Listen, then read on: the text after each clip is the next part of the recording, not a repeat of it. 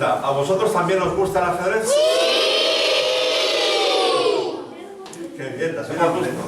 El que pierde es el que más aprende. Porque en ajedrez hay una costumbre, los dos jugadores al acabar la partida, en las partidas de campeonato, se dan la mano, muy bien, eso en primer lugar, y luego suelen irse a una sala que hay al lado de la sala de juego y allí analizan la partida juntos, la partida que acaban de jugar, la repiten, la recuerdan y van mirando dónde se han equivocado, dónde han jugado mal y dónde han jugado bien. Y así los dos van a aprender. Por eso digo que el ajedrez es muy divertido y además pues sirve en la vida para ser más feliz y para usar mejor la cabeza.